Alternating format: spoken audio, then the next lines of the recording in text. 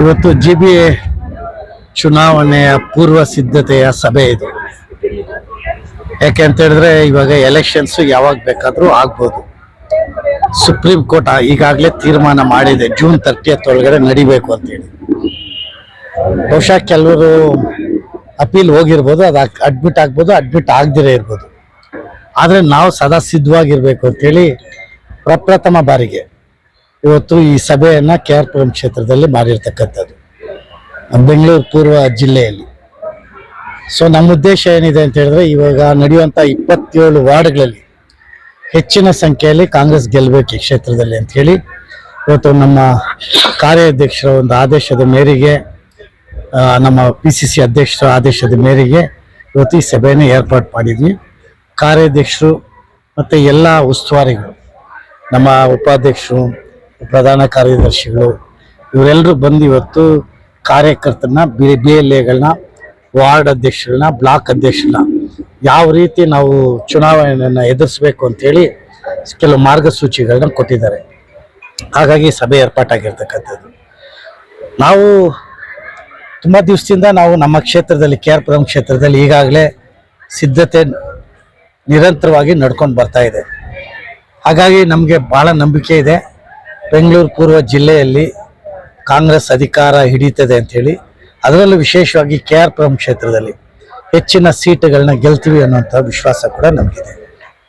Candidate ಆಗಿರೋದ್ರಿಂದ ಸ್ವಲ್ಪ ಅಂತರ ಸ್ವಲ್ಪ ಕಮ್ಮಿ ಆಗಿದೆ. ಬಟ್ ಏನು ಸಂದೇಶ ಕಳಿಸ್ತದೆ ಕರ್ನಾಟಕ ರಾಜ್ಯದಲ್ಲಿ ಅಂತ ಹೇಳಿದ್ರೆ, ಜನಕ್ಕೆ ನಂಬಿಕೆ ಇದೆ ಕಾಂಗ್ರೆಸ್ ಪಕ್ಷದ ಮೇಲೆ.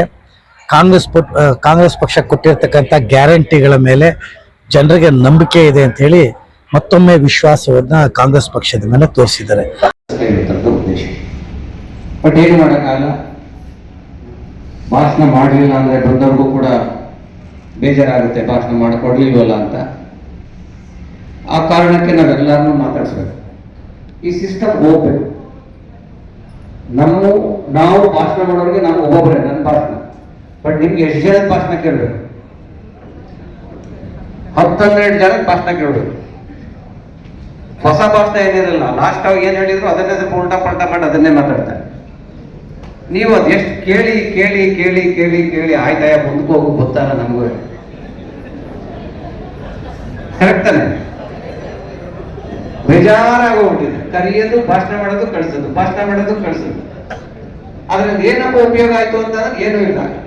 ಯಾರಾದ್ರೂ ನಿಮ್ಮನ್ನು ಕೇಳಿದ್ರೆ ಏನು ಇವತ್ತೆಲ್ಲ ಕಾರ್ಯಕ್ರಮ ಐತಲ್ಲ ಅಂದ್ರೆ, ಇಲ್ಲ ಒಂದು ಇಟ್ಟ ಜನ ನನ್ನ ಮಕ್ಕಳು ಭಾಷಣ ಮಾಡಿ ತಲೆ ತಿಂದ್ರು, ಕೇಳ್ಬಿಟ್ಟು ಬಂದಿದ್ದೀವಿ ಇಷ್ಟೇ. ಅವರು ಹಾಡಿದ್ದಾರೆ. ಸೊ ಅವರಿಗೆ ನಾವು ವಂದನೆಗಳನ್ನು ಸಲ್ಲಿಸುತ್ತಾ, ಈಗ ನಿಮ್ಮ ನೆಚ್ಚಿನ ನಾಯಕರು, ಈ ಒಂದು ವೇದಿಕೆಯ ಅಧ್ಯಕ್ಷತೆಯನ್ನು ವಹಿಸಿಕೊಂಡಿರ್ತಕ್ಕಂಥ GC ಚಂದ್ರಶೇಖರ್ ಅವರು, ಕಾರ್ಯಾಧ್ಯಕ್ಷರು KPCC ಮತ್ತು ಪ್ರಸ್ತುತ ರಾಜ್ಯಸಭಾ ಸದಸ್ಯರು. ಎಲ್ಲರಿಗೂ ನಮಸ್ಕಾರ.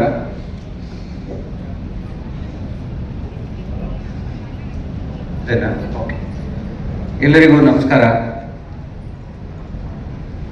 ಇವತ್ತು ಭಾಷಣ ಮಾಡಿಸ್ಬಾರ್ದು ಯಾರ ಕೈಲೂ ಅಂತ ಇದ್ದಿದ್ದೀವಿ.